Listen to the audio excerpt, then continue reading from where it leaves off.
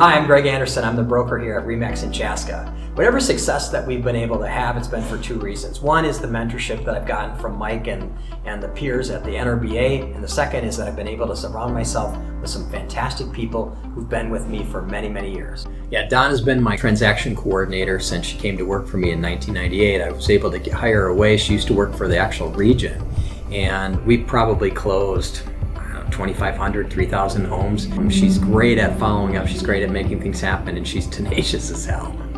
Donna is really good at following up with people, and especially she's really good at following through to make sure all the deals close. Greg, he's fearless. He will do the things that none of the rest of us want to do. I cannot stand mice. That's one thing that scares the bejeebies out of me.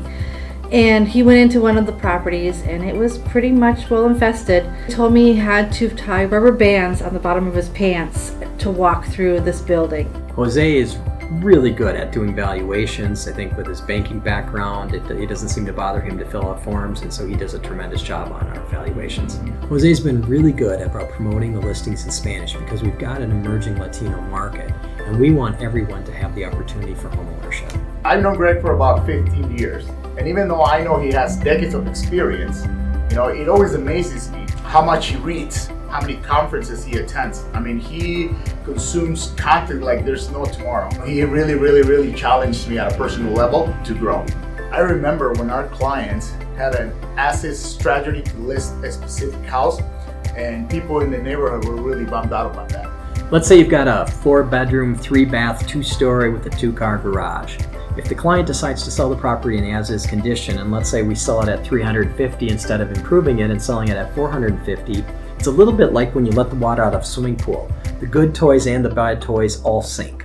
Yeah, even though Greg is a boomer, sometimes I get really surprised about the technology that he brings to the office. In addition to all the normal marketing things that you do, websites, social media, I've also had to make investments into leading-edge real estate technologies.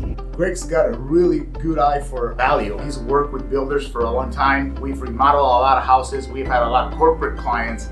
And I think he just has a gift getting the right perspective between cost and cost benefit. He's really outstanding in that. We probably remodeled somewhere between 250 and 300 homes, and I really like it when our clients have us do that because it maximizes value so they get the best return. It also is a great preservation for our local community.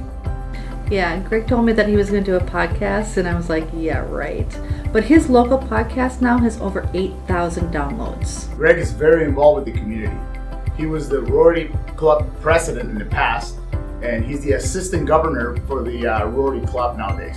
I can tell you a little bit about Jose.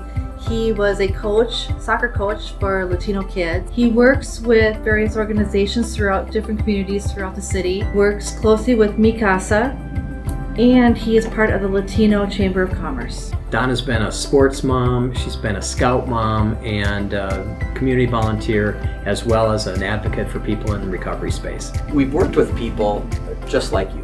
We've worked with some of the largest financial institutions in the country, names that I guarantee everybody knows. We work with their servicers, we work with local credit unions, we work with local banks, hedge funds, private equity firms, and intention is to help all of our clients maximize value.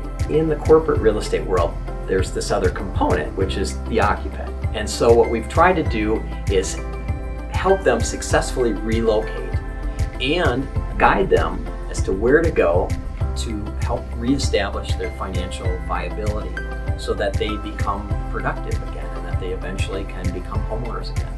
Because our objective is to help as many people as possible, achieve that American dream and become homeowners. We all care because we're all greatly immersed in our communities.